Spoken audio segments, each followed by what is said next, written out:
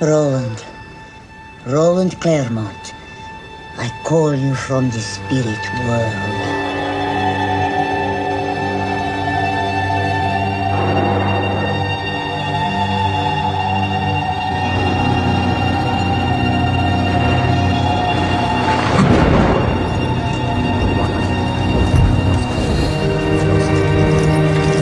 Prepare to fix bayonet! Fix bayonet!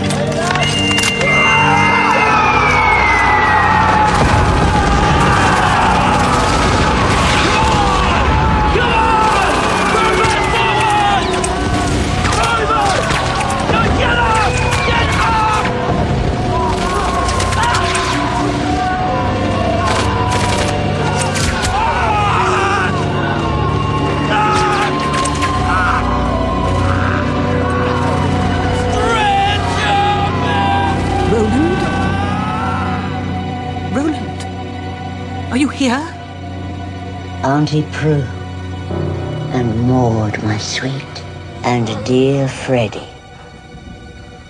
Oh, darling Phryne, too. Hello, Roland. Roly, we need to know. Freddie needs to know. He doesn't feel right accepting his award. He can't recall his brave deeds that day, you see. Can't you recall anything, Freddie? Only the noise. I'm sorry. Basil is here with me too, Freddie. Basil who? Captain! Captain! Captain! Help me! Richard Barra! Richard Barra!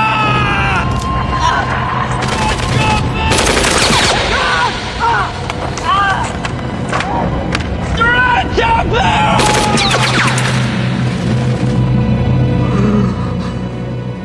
Basil? Roly.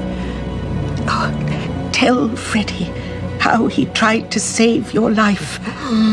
Tell him.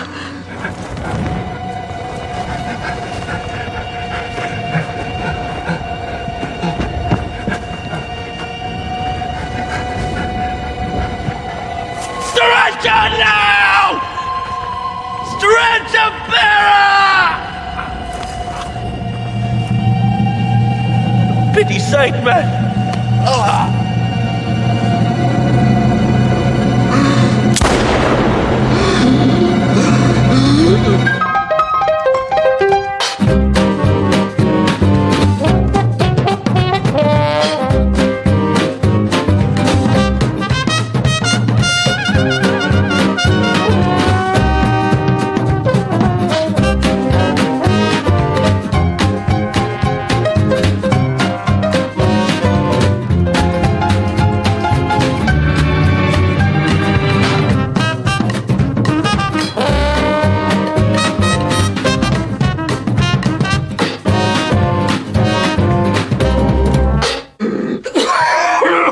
Mr. Butler!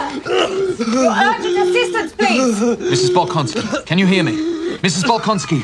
You have nothing to feel guilty about. You did everything you could to help Roland. No, I can't know that.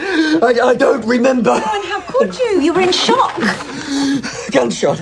I heard a gunshot. But of course you did. No, after shelling.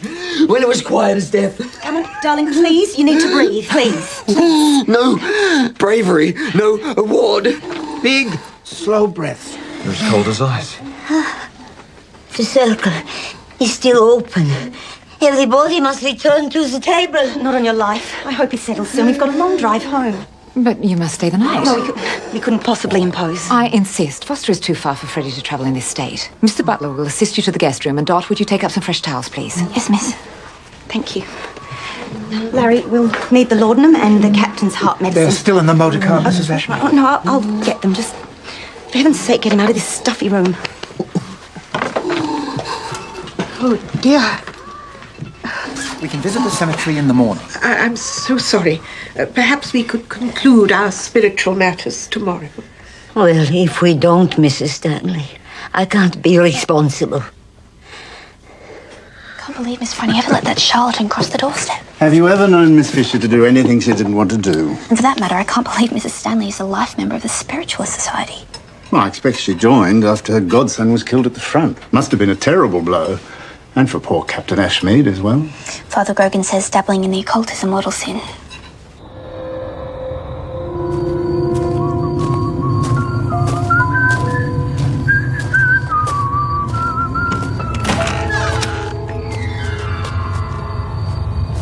Who's there? Who's in there? Hello?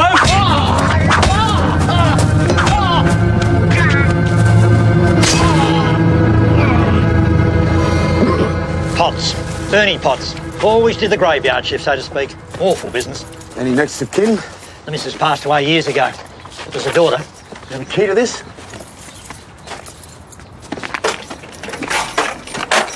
You think you disturbed a break-in, sir? Doesn't look like anything's been disturbed.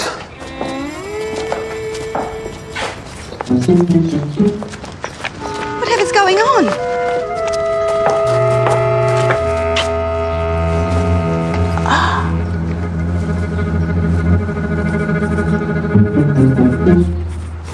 Jack! I'm afraid this is a restricted area. A cemetery worker was murdered here last night. And how is it, Miss Fisher, you always manage to turn up when I'm on the case? Not always, Jack. We merely came to pay our respects. This is a crime scene. Roland was a good family friend. Aunt Prudence's godson. No, crime scene. Oh, I take it this is the poor fellow's blood as well. So what are you thinking? He disturbed a would-be grave robber? Ah, that's what I think too, miss. The door was locked, and there's no sign of disturbance to the tomb.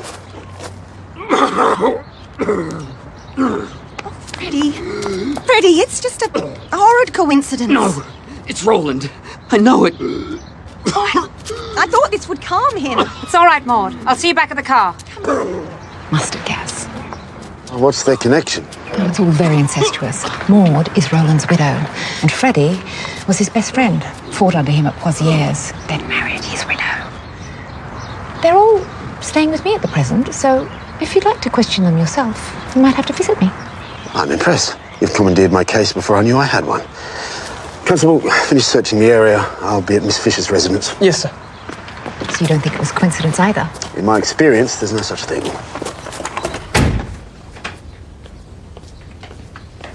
I can't tell you how distressing this is, Inspector.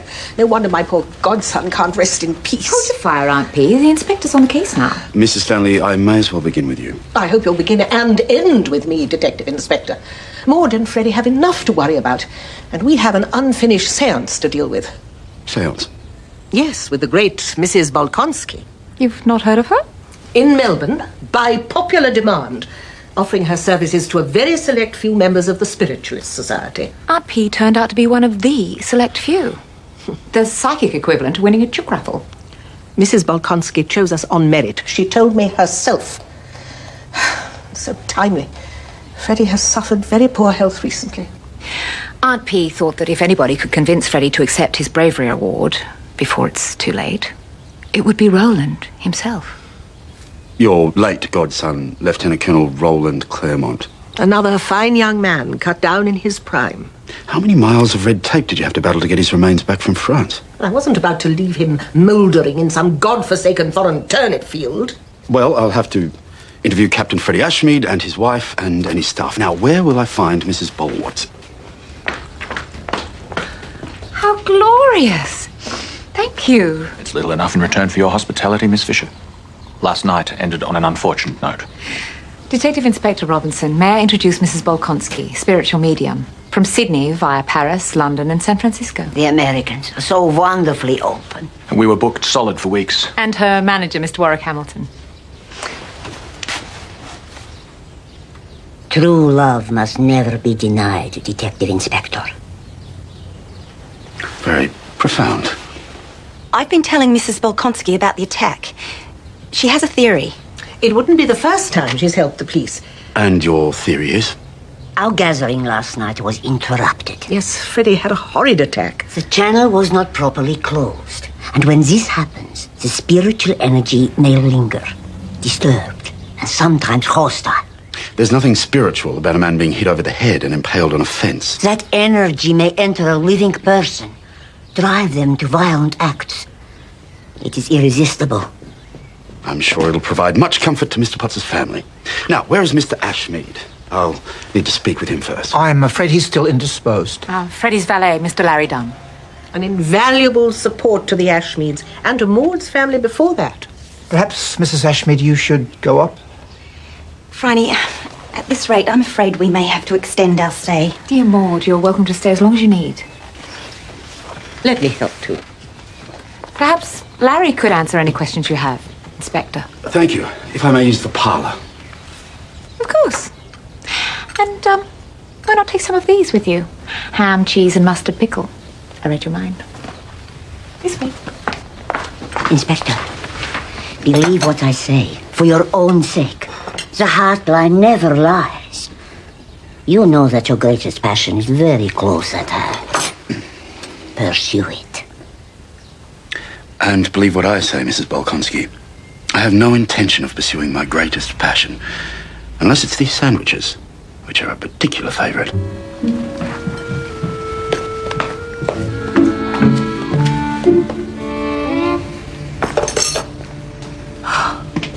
Oh, my heart. Are you all right? Oh, it's nothing, dear. Mrs. Bolkonsky looks so pale. Is she ill? Well, she's given her heart to her work, literally. It's taken its toll. She has no energy to spare for skeptics. Yes, well, Inspector Robinson can be a difficult man to sway. Well, you seem to have a way with him, Miss Fisher. And what about you? Skeptic or believer? Let's just say I keep an open mind. Always wise to keep your wits about you. Yes. Amazing what some get away with in a darkened room. Balsa wood tables On fishing lines. Balloons with painted faces, spirits with egg white and silk, collapsible wrapping sticks, hidden under skirts. Any amount of trickery and illusion. You seem very familiar with the charlatan's repertoire. Oh, I need to be. Or those charlatans will bring genuine spiritualists into disrepute. And thanks to the Great War, there's no shortage of bereft customers ripe for the plucking. My Aunt Prudence, for example. Maud and Freddie. I must confess, I was a bereft customer when I met Mrs. Bolkonsky. I lost my twin brother at the Somme. I'm sorry. Mrs. Bolkonsky's gift is genuine, Miss Fisher. She takes only a modest sum to help people and spirits alike to find peace in their separate realms. And if people take solace in belief, who are we to criticize them? Thank you, Mr. Butler. Mr. Ashmead seems much more settled after that broth. Oh, good. Must be a great responsibility having to care for such an ill gentleman. Oh, it's no burden. The captain doesn't complain. It's Mrs. Ashmead I worry for. She gets herself into a state. You used to work for her parents? I've known her since she was a girl. You must be a great comfort to her then. Do what we can, don't we?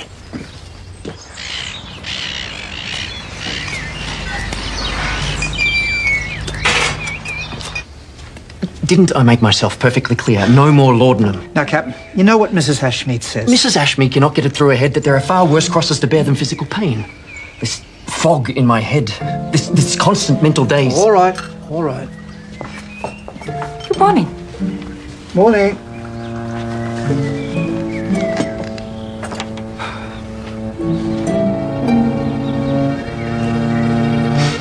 These are Bella Sprunts, if I'm not mistaken.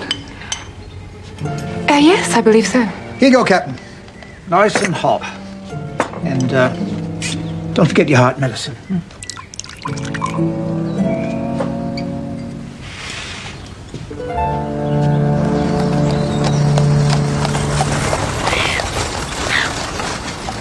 Freddie? You all right, Freddie? I'm sorry. Are you in pain? Sometimes, Ronnie, I feel like I can't go forward. I can't be still. I can't even drink tea without tasting blood. This seance has stirred it all up for you.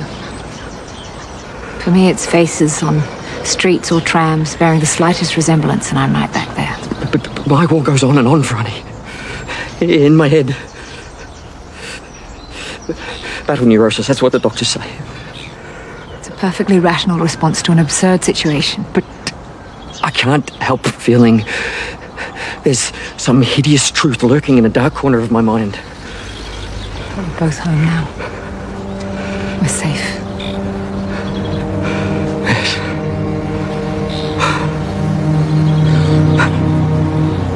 I never appreciated flowers until France. It's amazing how a single stunted wildflower, struggling for survival in a battlefield of mud, can touch what's left of one's heart.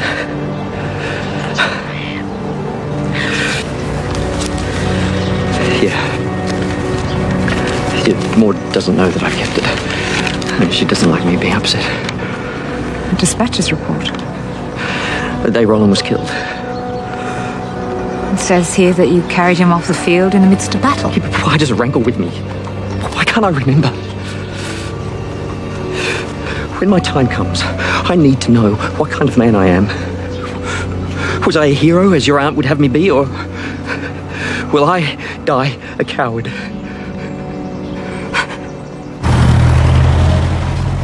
Shell shock does mysterious things to the mind. It closes doors. And he doesn't trust that dispatches report. So, if you were to obtain Roland's war records as part of your inquiry into the cemetery murder... And how would that help? Medical details. The name of the doctor in the field hospital who treated Roland. Someone must know the whole story. Why bother with records when Mrs. Bolkonsky can go direct to the source? Roland Claremont's war records as requested, sir. Remarkably clairvoyant of you, Jack.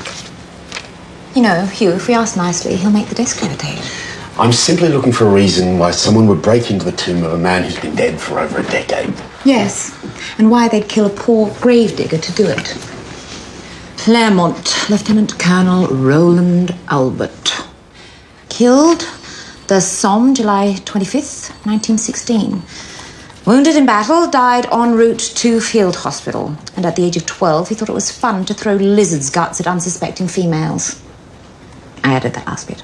From personal experience? It wasn't me, it was his nanny. He was a horrible child. Not quite the way your Aunt Prudence described him. Oh, Saint Rowley knew how to pick a target. Signed, Percy Bishop.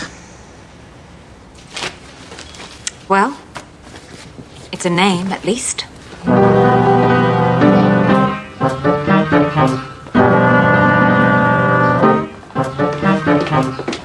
System kept put on us from the library. So how does this Mrs. Baloney do it? Well, they pick up on clues. You know, follow hunches. Just like Miss Fisher. Ah, Bert and Seth. And Dropstones. So who's this Percy Bishop you want us to round up? All I can tell you is that he came from Coburg and worked out of a field hospital near Pozieres in 1916. Doctor?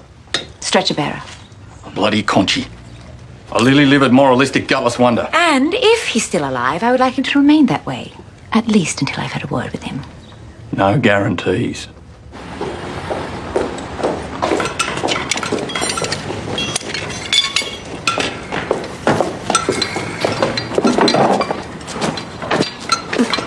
Percy Bishop? Go easy.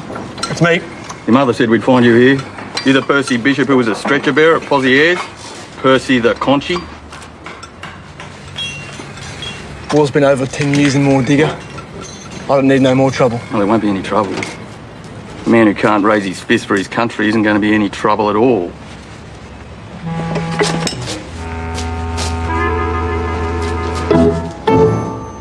Since when does a pacifist go around breaking other blokes' noses? It's not broken. So you stand by and watch Percy Iron Fist Bishop pummel me into the dirt? You started it. Then it's your own fault. It's not as if being anti-killing meant you got to sit out the war knitting socks by the fire. And now you're letting Sheila henpeck me when I'm down. Bloody hell. Dragging a half-dead digger out of 2 foot deep mud's no job for a coward. No, Bishop's no coward. I'll grant you that. It was a bad day. Heavy shelling in the casualty list to match. That didn't stop Roaring Rolly from taking his men over the top. Roaring Rolly. It's appropriate. It's always bellowing at somebody. And he was yelling fit to blow a gasket when he got hit. His leg was buggered. I could see that.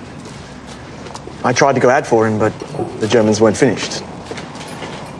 I stuck my head out again after it went quiet, and that's when I saw the captain coming towards the trench with Roland on his shoulders.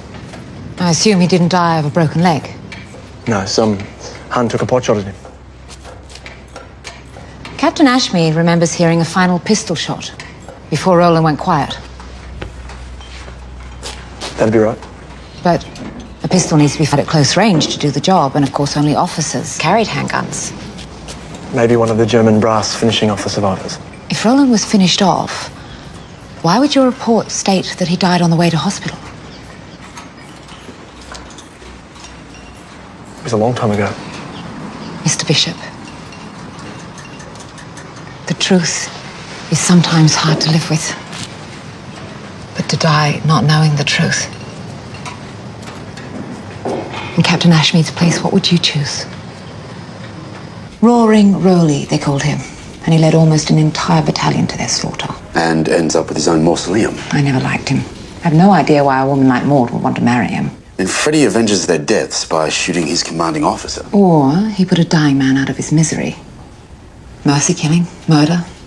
Either way, it would explain Freddie's traumatic loss of memory. By rights, the military should be informed. Even if it's been 10 years, there could be grounds for a court-martial. You wouldn't report him.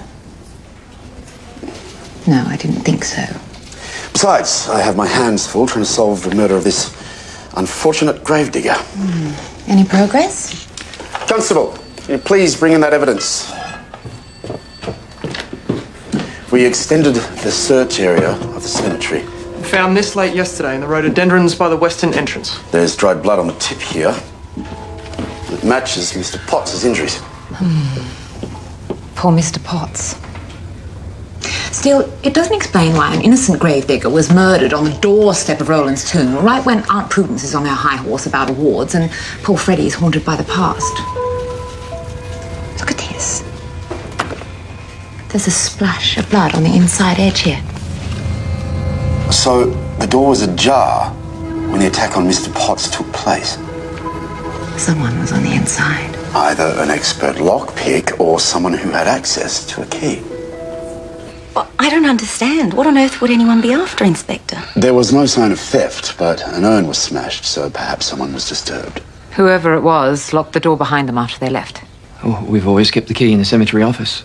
Yeah, it seemed easiest with us living out of town, and Prudence likes to bring flowers whenever she can. Is there anyone who would want to deface the grave? Anyone with a grudge against Roland? Oh, apart from me, you mean? Oh, that's not true, Freddie. My first husband was highly respected and highly decorated. Maud. Inspector, Freddie's not well. I don't think he's really strong enough to deal with any more talk about Maud. the war. I'm sure I can help. Maud. Any more of your questions? You know that's not the whole story.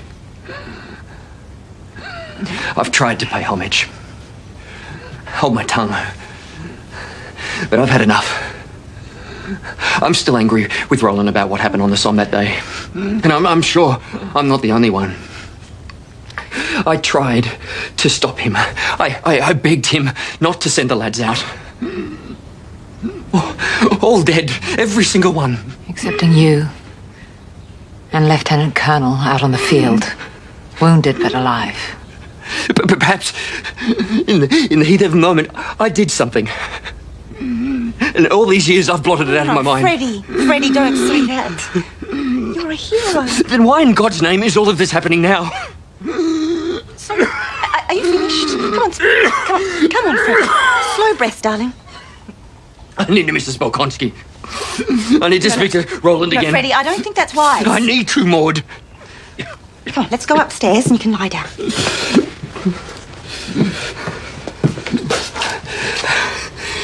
I want you there, Inspector. Answers. You need them too. Come here. Another break-in. That must have happened last night, after you lot finished searching yesterday. And you didn't notice until now?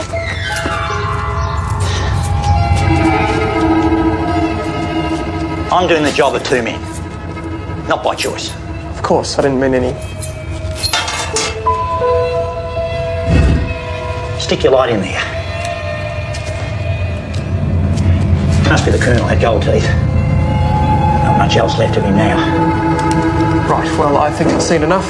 If you could just keep this area secure, Mr. Beale, I'll inform my inspector. How do you suggest I do that? Lock's broken. Stand guard? Trust me, son.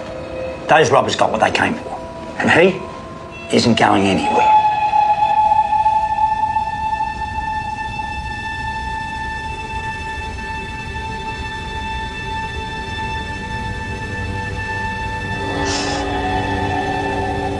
Why do you call me again?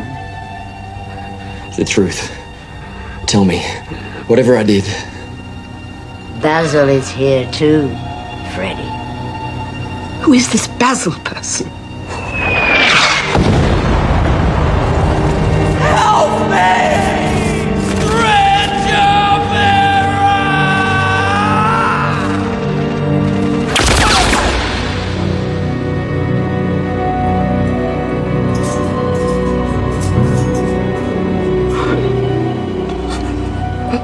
Remember now, don't you? Oh, God. He was alive. I could have saved him. But he did try to save you, didn't he, Roland? The men. Dying all around. Roland, you must know that I blamed you. I did not die by your hand. And yet, in that moment, had I not been overcome with terror, What are you saying? it could have been by my hand. I wanted him dead.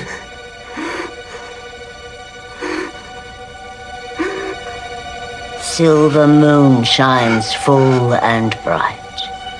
Lilac scents the soft spring night.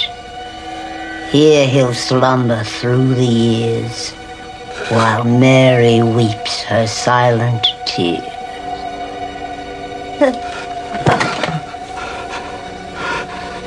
That's one of Roland's poems. Yes. It was the last he wrote. I carried it everywhere with me. Always. What does it all mean? Go to his grave when the moon is full. You must drink the Virgin's tears. Then the spirits will grant forgiveness from beyond the grave.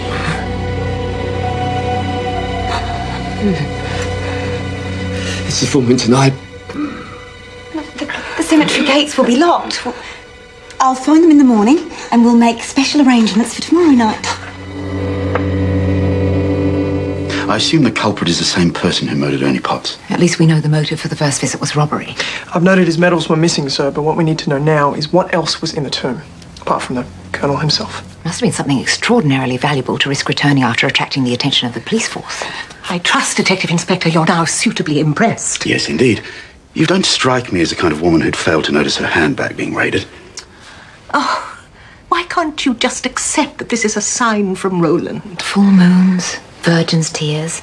Really, RP, if Mrs. Bolkonsky is channeling anything, it's the mind of a penny dreadful writer. And as for forgiveness beyond the grave, no one, least of all Captain Ashmead, is to go near that cemetery until I've made further investigations. What do you mean? Roland's tomb has been robbed of all valuables, and the coroner has given his approval to exhume the body. Did you steal that poem out of my aunt's handbag? No. You have my word. What about the Virgin's tears? Also known as angel's tears. Lured water, Ganges water, watered from the fountain of youth, or the Glastonbury chalice, collected in our travels. Holy water. For those who believe, and harmless for those who don't. Tell me, Miss Fisher, do you discredit everything you cannot see? No, not everything. I believe in radio waves and electricity and magnetism. Or the current that flows between two people. I would never discredit that. Two veterans of war, perhaps. Or the energy that flares between two independent spirits. However briefly.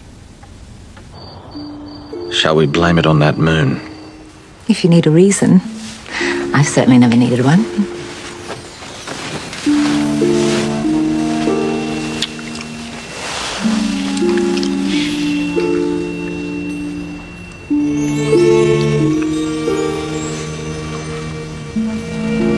Were you with your brother when he was killed?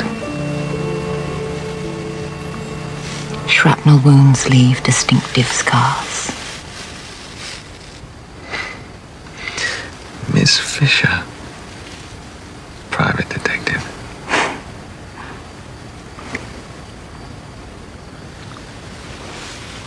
This is the sanctity of the boudoir.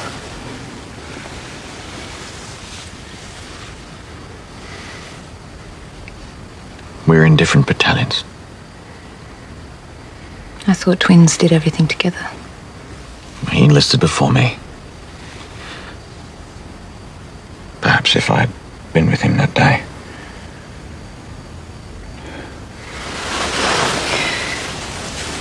Brotherly love, no matter how strong, is no protection against mortar shells and mustard gas. I knew the moment it happened. I felt my brother's death as though it were my own. As if a piece of me had died with him. Is that why you sought out Mrs. Bolkonski? To reclaim your soul from the spirit world? The dead may lay claim to our hearts and our minds, but not our souls.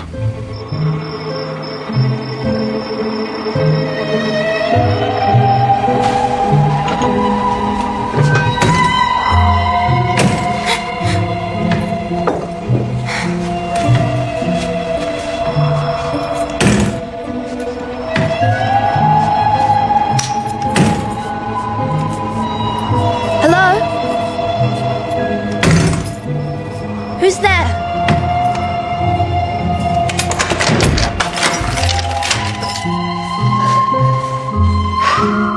Dorothy Williams, there are no such thing as ghosts. Basil's death was tragic, unjust, and he wanted me to know that. Basil.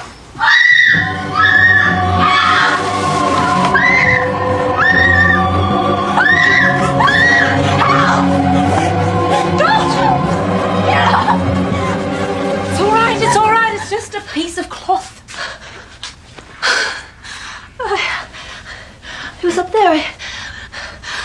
I pulled the cord to switch off the light and it floated down and... But who would do such a thing? The cord snapped just this morning. I asked Bert and Sess to replace it. Bert and Sess, who else? They were reading that book of all the mean, horrid things. Is everything all right? It is now, Mr. Butler. Doc just had a fright, that's all. Freddie's gone! He's gone!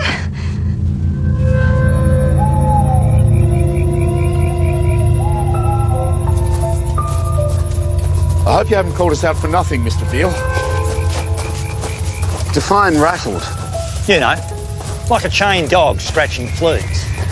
And then there was this dragging noise and... Did you see anything? I didn't stop to look. Well, which way did it go? The Claremont tomb. The Clem... I thought you said he wasn't going anywhere. Sorry, but I don't speak for the dead. Right.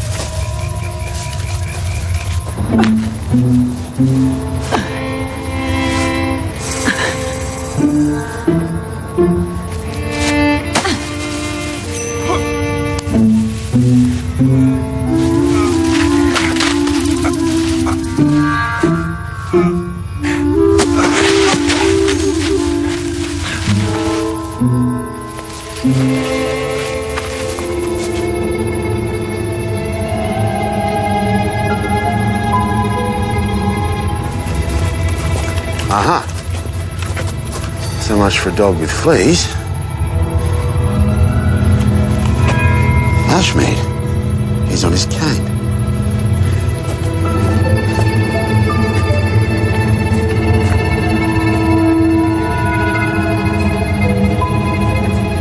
Forgiveness.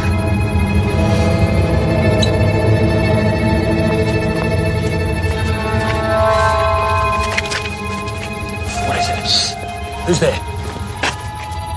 Not afraid of ghosts, are we, Mr. Hamilton? Jack! Oh, Miss Fisher. No need for a crystal ball to know what brings you here.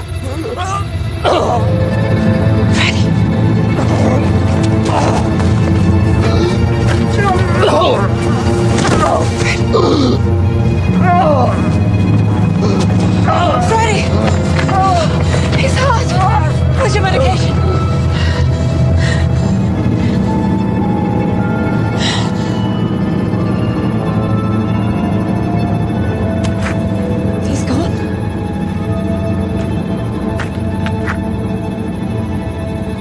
I'd like your recipe for virgin's tears, Mr. Hamilton.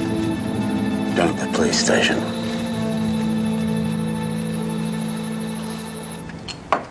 Rather convenient to make your own holy water, I would have thought. Seeing as you're doing a roaring trade in this stuff. What possible motive could I have to kill off my own clientele? Revenge, perhaps? Excuse me. Mr. Hamilton's twin brother was at Pozieres with Freddie and Roland. He was killed along with the rest of the battalion. His name was Basil. So much for the sanctity of the boudoir. I'm sorry, Warwick, but I draw the line at possible murder. Why would I kill him? They haven't even paid us yet. Your brother's connection to Roland Claremont can't be mere coincidence. Were both the seances rigged by you and Mrs. Bolkonsky? I find that suggestion highly insulting. Did you deliberately manipulate Freddie Ashmead so you could engineer his death? No.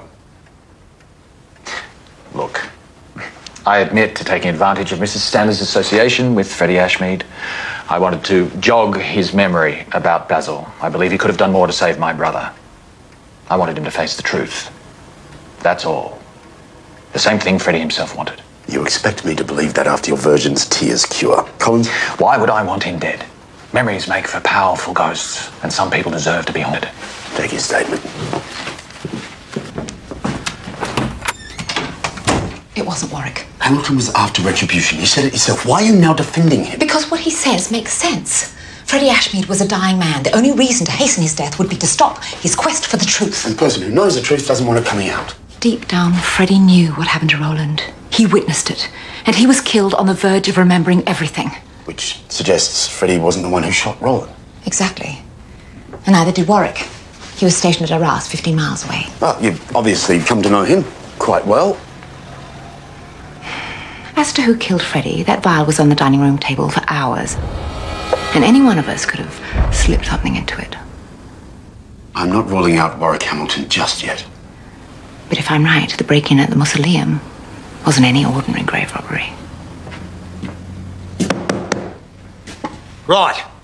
Let's get this over with. Ah, Mr. Beale. Constable Collins will take your statement when he's free, if you don't mind taking a seat. I've got a shift to get back to.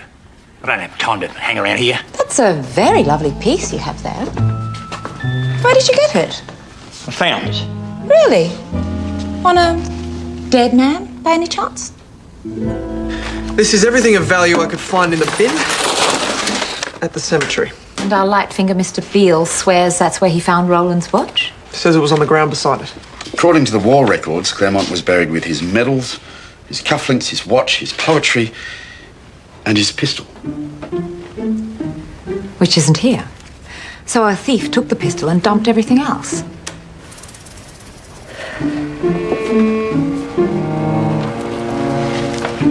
Ouch. But not fatal.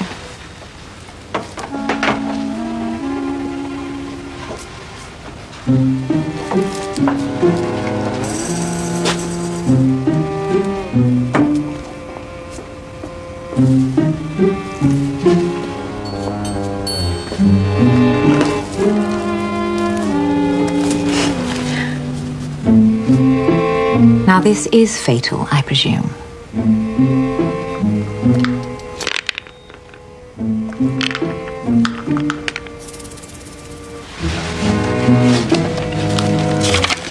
According to the war records, Roland's pistol was a Colt.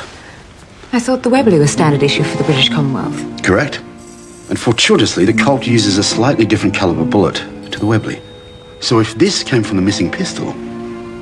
Roland was shot with his own gun. In the back of the head. An unlikely enemy execution. I told you. I heard a shot, and then Captain Ashmead carried Roland through the trench with a shot to his head. Whatever reason the captain had for pulling the trigger, I wasn't going to make life any tougher blowing the whistle. So you did see Captain Ashmead shoot Roland Claremont? No. Surrender now! I just assumed he did. So you falsified medical records and spread the word that Ashmead was a hero? No, I didn't say nothing about him being a hero. Well, somebody did. He was mentioned in dispatches. It wasn't me. I kept my trap well until he shut. Then who? All Roland's men except Freddie were killed that day. Someone wrote it up later. Ask Roland Clement's Batman if he's still alive. He helped to lay him out. Do you remember his name? Excuse me, sir. Coroner's toxicology report on Captain Ashmead. Traces of strophanthus, a heart stimulant. Toxic in large doses. Freddie was on medication for his heart. His valet administered it. His valet worked for Maud's family before her first marriage, and he went on to become Roland's valet. Perhaps Roland took him to war. Did Maud have a copy of that poem that Roland sent you? Possibly. But she knew it by heart. Are Maud and Larry having an affair? Of course not. Whatever made you think such a thing? Maud's parents were killed when she was a little girl. Larry was all she had left. Yes. Her protector. I won't let this happen. Maud, calm your... No! It's so unfair. Maud, listen to me. It's better this way. No! Haven't I always done what was best for you? Come on. Come on. I need you to answer some questions. Down at the station. Maud, come upstairs.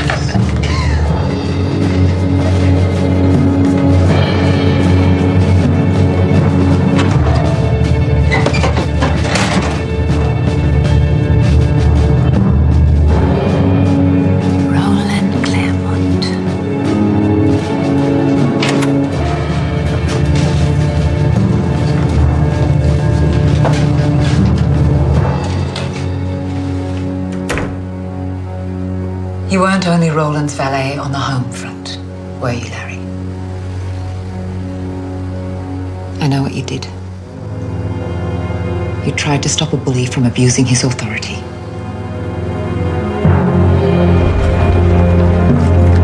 On your feet, soldier! Clean this! With what? Use your hands.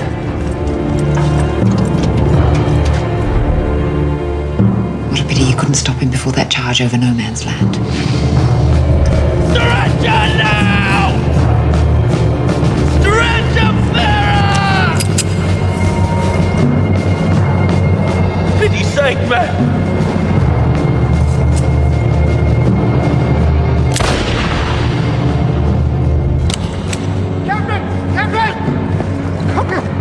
He's wounded! Help him!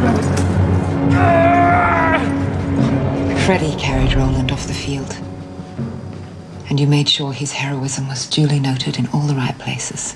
Maud was terrified of Roland. He was a brute. To her most of all. I couldn't let him come back from the war. And Freddie's shell shock made it all so easy. Until my aunt started lobbying for his bravery award and it all started coming back for him. And then Maud did what she could. After the seance, she panicked. And tried to retrieve the gun. She did it for me. Because he wasn't strong enough to open the tomb. Who's in there? Oh, that poor man. I panicked. I didn't mean to kill him. Good God. And Larry realised what you'd done and went back there with you to do the job properly. I thought if we could make it look like a proper robbery, we took everything. Except the bullet that killed Roland. I felt around for it, but it was dark. Maud was upset. But it didn't stop Freddie's mind searching for the truth. So someone had to stop him. Someone with access to his medicine. Like who? You think Larry poisoned Freddie? You think I did? No. She loved Freddie. She loved you too. And he was a very sick man. Was her debt to you the greater one? No, she was like a daughter to me. There's no debt. There never was. You bribed Mrs. Bolkonsky to go along with your rigged seance. You supplied her with the words to Roland's poem. No, we didn't bribe her. She'd been pushing for another seance all along. She knew Freddie was a tortured soul. I recited the poem for her, that's all. Then you added his heart medicine to that vial? No. I don't understand. How could anyone kill him with cod liver oil? Cod liver oil? That's all we gave him for his heart. So, drinking virgin's tears by the moonlight was Mrs. Bolkonsky's idea. Oh, he's nothing, dear. That energy may enter a living person, drive them to violent acts. It is irresistible. Jack, I think it's time you had a heart-to-heart with your tarot card reader.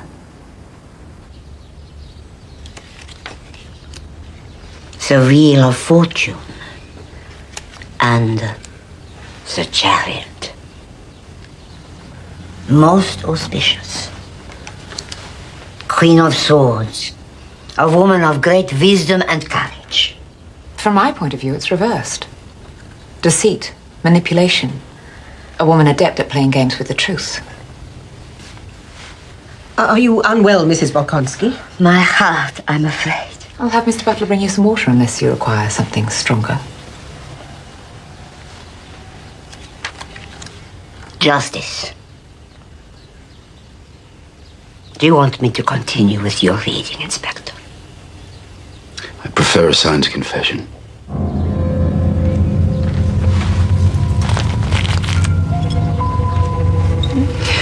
There's no escaping destiny, Mrs. Bolkonsky.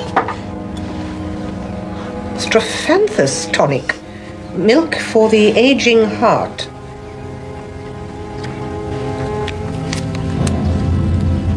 The Hanged Man.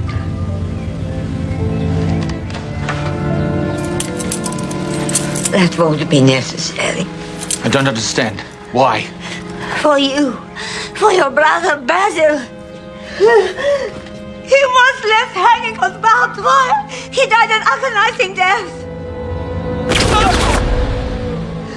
And Freddy ignored his cries for help. But I didn't want Freddy dead. No, but your brother did.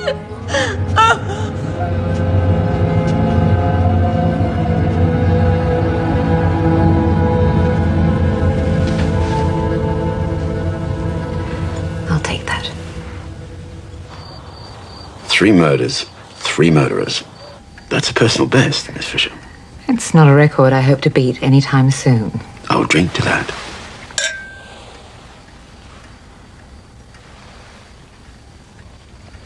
And Warwick Hamilton is in the clear. I presumed as much. Otherwise you wouldn't have let him leave the country.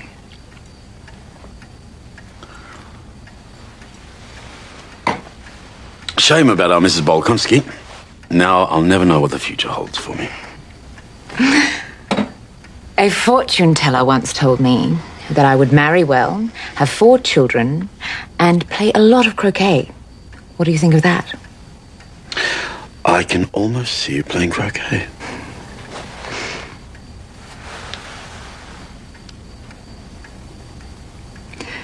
I see a very careful man who professes to be cynical in the face of mysteries he can't explain and claims to have no passions in spite of a heart that runs as deep as the Pacific Ocean.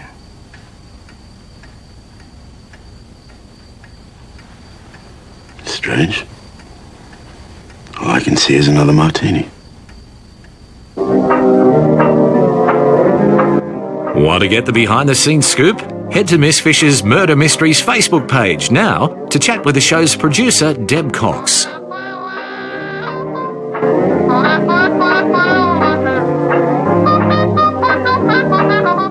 When a mystery washes up, Oh there. Phryne's on a mission to reel the culprit in. It's a working port. Fish, bait, blood. And corpses. Miss Fisher's Murder Mysteries, next Friday.